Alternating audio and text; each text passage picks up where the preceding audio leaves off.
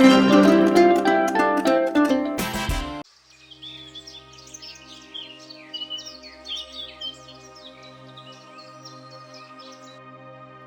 हो चुकी थी, लेकिन राजा के मन में जरा भी उजाला नहीं था। राजा महल की बालकनी में खड़ा नीचे गांव को देख रहा था। लोग अपने काम में लगे थे, पर राजा का दिमाग बार बार खाली खजाने और अपनी लाचारी पर जा रहा था। तभी रानी धीरे से उसके पास आकर खड़ी हो गई। चेहरा शांत था, पर आंखों में उम्मीद की हल्की सी चमक थी। महाराज, एक बात कहूँ? मैंने सुना है परमात्मा के दर्शन से बिगड़ी किस्मत भी बन जाती है। अगर आप वहाँ जाएं, शायद हमारी मुसीबत भी खत्म हो जाए। राजा ने उसकी ओर देखा। बात सही लगी, पर चिंता भी साफ दिख रही थी। जाना तो चाहता हूँ, पर कैसे? न घोड़ा न रथ, इतना लंबा रास्ता पैदल कैसे तय करूं? जब इरादा सच्चा हो ना, तो रास्ते खुद ब खुद बनते हैं। आप जाइए, भगवान हमारा साथ जरूर देंगे।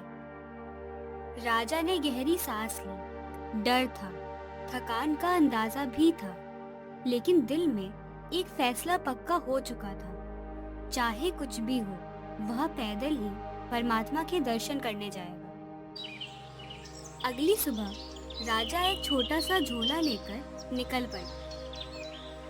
उसमें बस थोड़ा सा अनाज था, लेकिन उम्मीद उससे भी ज्यादा।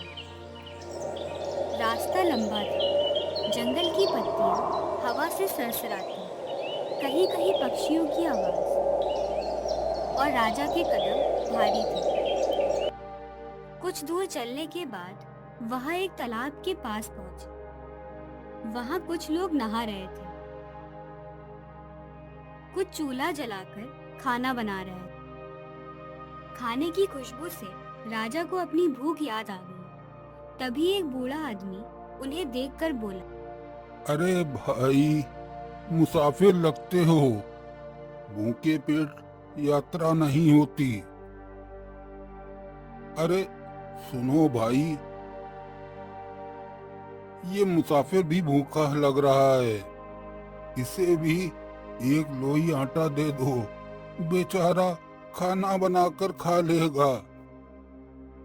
राजा ने विनम्रता से आटा ले लिया। वहीं चूल्हे के पास बैठकर उसने रोटी बनाई और आटे की एक लोई का टुकड़ा बचाकर अलग रख दिया। तभी उसने देखा कि सामने से उसके ही गांव की एक ग्वालिन लौट रही थी। वह पास के गांव में दूध दही बेचकर वापस आ रही थी। राजा ने उसे आवाज दी, अरे बहन, जरा सुनो। ये लोई घर ले जाना और रानी से कहना आज इसी से खाना बना ले। ग्वालिन ने सिर हिलाया और लोई लेकर आगे बढ़ गई।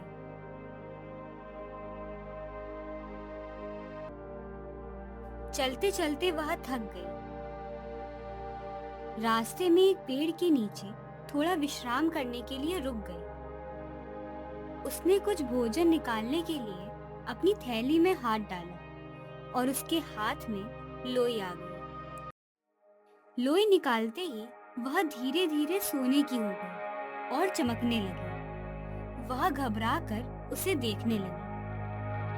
अरे ये तो सोना बन गई। उसका दिल तेज धड़कने लगा। मन में लालच भी आया। अगर मैं इसे छुपा लूं तो जिंदगी भर की चिंता खत्म। जैसे ही उसने लोई अपने पास रखने का फैसला किया, घर पहुंचते ही अनहोनी शुरू हो गई। बच्चे बीमार पड़ गए, जानवर एक एक कर मरने लगे। हे भगवान, ये मैंने क्या कर दिया? इतने में उसकी सास घर लौटी। क्या हुआ? क्यों रो रही है? माँ, वो लोई जो मुसाफिर ने दी थी, वो सोना बन गई। और मैंने रख ली और फिर ये सब हो गया। सास सब समझ गई। वो लोई तुम्हारे लिए नहीं थी, उसे सही जगह पहुंचाना था। अभी इसी वक्त रानी को देकर आओ। डरी हुई ग्वालिन तुरंत महल की ओर भागी। महारानी जी, आप इसे ले लीजिए। कांपते हाथों से उसने लोई रानी को सौंप दी। रानी ने लोई को हाथ में लेकर गौर से देखा। वह सचमुच सोने का टुकड़ा लग रही थी। एक पल को उसके मन में शंका भी उठी। पता नहीं ये कहाँ से लाई है, कहीं चोरी का तो नहीं। पर अगले ही पल उसकी नजर खाली महल, सूने भंडार और अपनी मजबूरी पर गई। हालात ही कुछ ऐसे हैं, अभी इसी का सहारा लेना होगा। उसने वह सोने का टुकड़ा रख लिया। बाद में उसे बेचकर धीरे धीरे महल में फिर से सुख सुविधाएं लौटने लगी और उनका जीवन दोबारा राजसी ढंग से चलने लगा। वहीं दूसरी ओर जंगल अब घना हो गया था। धूप पत्तियों से छनकर जमीन पर टुकड़ों में गिर रही थी। हवा ठंडी थी, पर राजा की चाल अब धीमी पड़ रही थी। पैरों में दर्द था, लेकिन मन किसी अनजानी ताकत से आगे बढ़ रहा था। अचानक पास से आवाज आई। महाराज, आप कहाँ जा रहे हो? राजा अचानक अचंभित होकर रुक गए। कौन है? सामने आओ। छुप कर क्यों बोल रहे हो? सामने एक आम का पेड़ हल्का सा हिला। ये पेड़? क्या तुम सच में बोल रहे हो या मेरी थकान मुझे भ्रम दिखा रही है? महाराज, मुझसे ये मत पूछिए कि मैं कैसे बोल रहा हूँ। इस जंगल में बहुत कुछ ऐसा है जो आंखों से नहीं, समझ से दिखता है। पहले आप बताइए, आप कहाँ जा रहे हैं? राजा ने गहरी सांस ली। मैं परमात्मा के मंदिर जा रहा हूँ। राज्य संकट में है, जीवन उलझ गया है, उनसे रास्ता मांगने निकला हूँ। तो मेरा भी संदेश साथ ले जाइए। मैं सालों से यहाँ खड़ा हूँ। फूल आता है, फल लगता है, पर पकने से पहले ही सड़ जाता है। लोग कहते हैं मैं बेकार हूँ, पर वजह क्या है कोई नहीं जानता। मैं तुम्हारा दुख समझता हूँ, तुम्हारी बात जरूर पहुँचाऊंगा। राजा आगे बढ़े। अब वो हर आवाज को सुनकर चौंके नहीं, बल्कि ध्यान से सुनने लगे थे। थोड़ी दूर एक सांप आधा मिट्टी में फंसा तड़प रहा था। महाराज, आप कहाँ जा रहे हैं? परमात्मा के दरबार में। तो मेरा भी संदेश ले जाइए। मैं न पूरी तरह धरती के अंदर जा पा रहा हूँ, न बाहर निकल पा रहा हूँ। जैसे जीवन बीच में अटक गया हो। धीरज रखो, तुम्हारी बात भी जाएगी।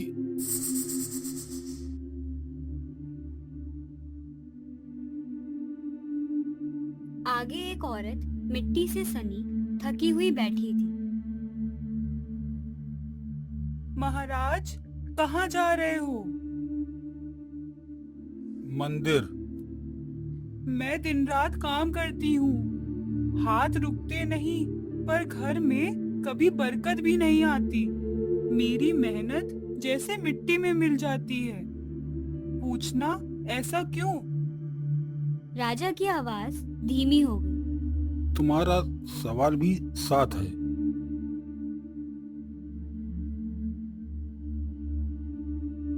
थोड़ी दूर एक खूबसूरत ताकतवर घोड़ा घूम रहा था। महाराज, कहाँ जा रहे हो? परमात्मा के पास दौड़ सकता हूँ, ताकत है, पर कोई मुझ पर बैठता ही नहीं। बस बंधा रहता हूँ, घूमता रहता हूँ।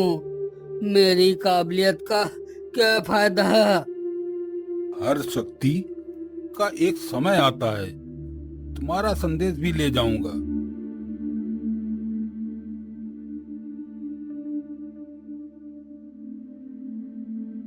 आगे एक सुनहरा ऊंट खड़ा था। महाराज, कहाँ जा रहे हो? भगवान के दरबार।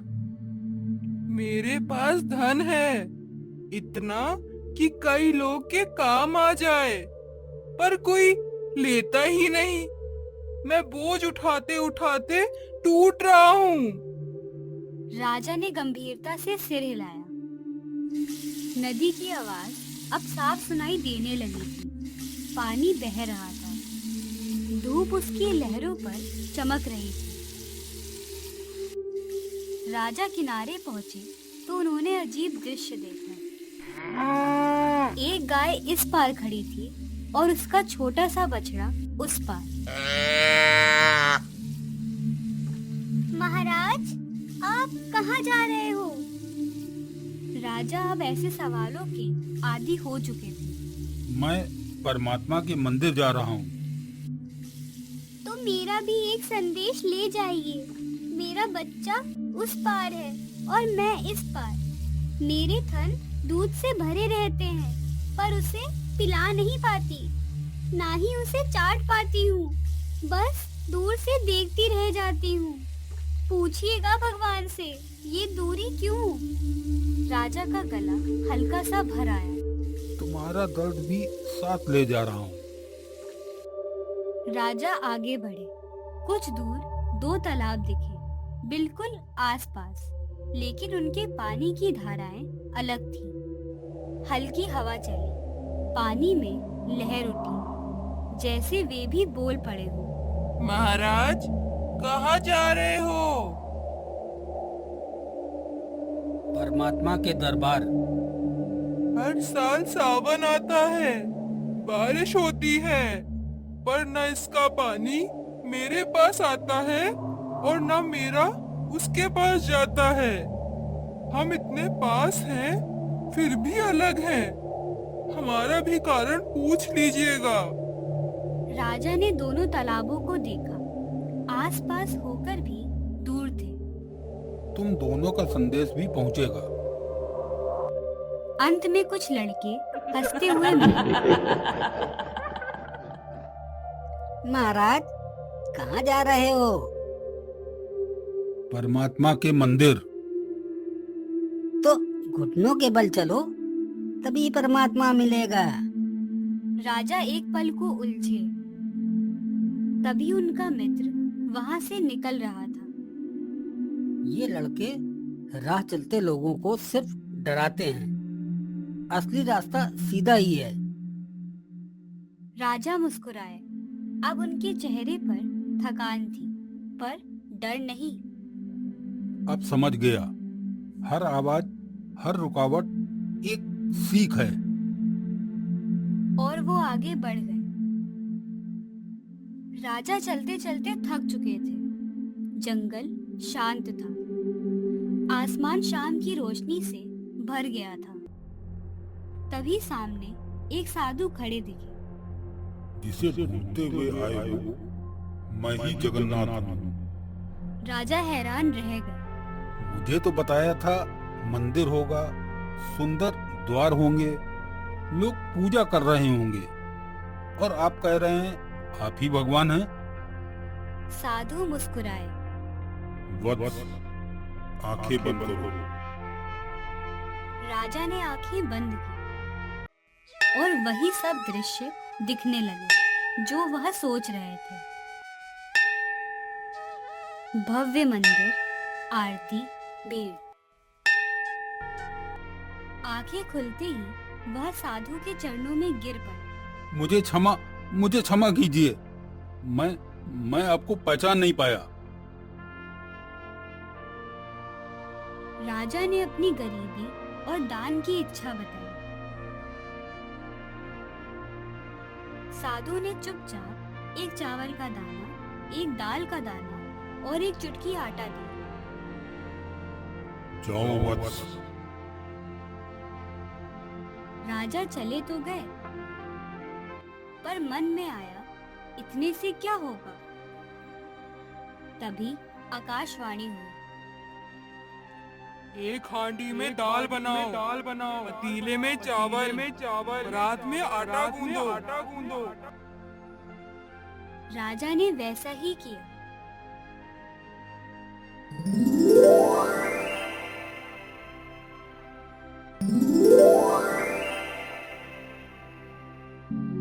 पर दाल हांडी से निकलती ही जा रही थी। चावल और आटा खत्म होने का नाम ही नहीं ले रहे थे। ये तो रुक ही नहीं रहा। आगे एक छोटा मंदिर मिला। वहाँ के साधु ने कहा, गरीबों को खिलाओ, बचा हुआ नदी में बहा दो। राजा ने वैसा ही किया। तब जाकर सब सामान्य हुआ। कुछ दूर गए ही थे कि अचानक राजा को ना दिखाई और ना सुनाई देने लगा। हे भगवान, ये क्या हो गया? पहले तो भीख मांगकर जी लेता था, अब तो कुछ भी नहीं।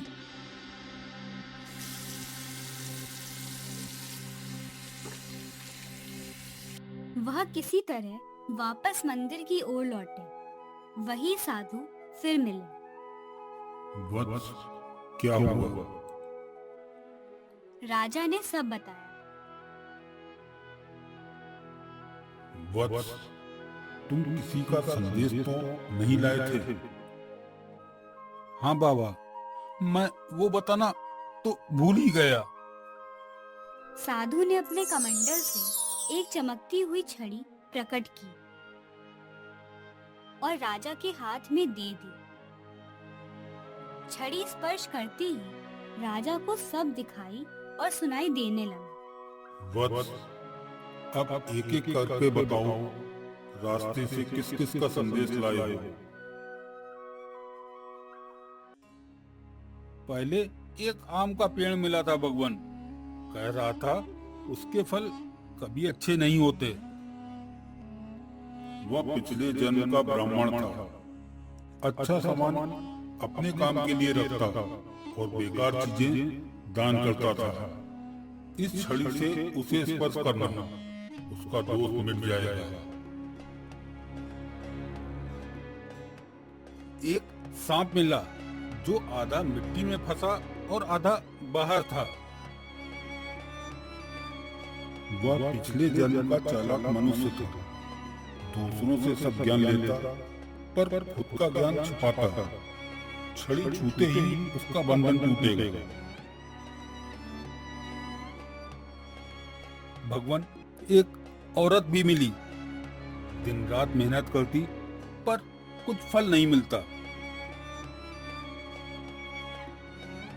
वह पिछले जन्म की जमींदार थी।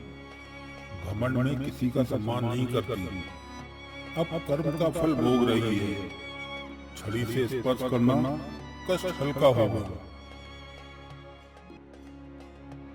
भगवान, एक राशि घोड़ा मिला, ताकतवर, पर कोई इस पर सवारी नहीं करता। वह पिछले जन्म में भी घोड़ा ही था। युद्ध में अपने मालिक को गिराकर भाग गया, इसलिए अब उपेक्षित है। छड़ी छूते ही उसका दोष कटेगा। भगवान, एक सुनहरा ऊंट भी मिला, धन से लदा पर दुखी। वह पिछले जन्म का कंजूस मनुष्य था। न खर्च करता, न दान। धन बोझ बन गया। छड़ी उसे छुआ देना।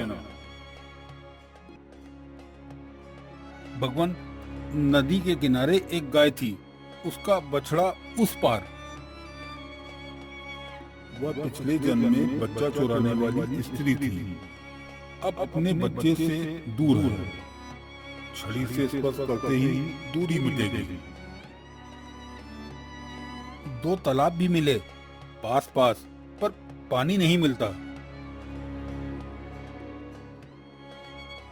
वे पिछले जन्म की देवरानी जेठानी थी। मुश्किल में भी एक दूसरे की मदद नहीं करती थी। छड़ी से छूना मिलन होगा।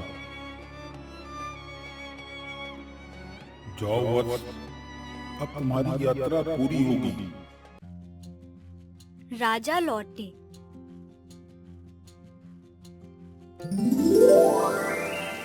इस संसार में हर कर्म का हिसाब होता है। जो हम दूसरों के साथ करते हैं वही किसी न किसी रूप में हमारे पास लौटकर आता ही है। अच्छा दोगे तो अच्छा पाओगे।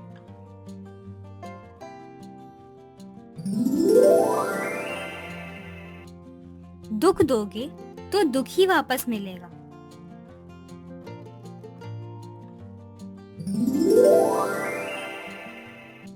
इसलिए जीवन में दया, मदद और सच्चे मन से किया गया कर्म ही असली धन है। जैसा बोओगे वैसा ही काटोगे।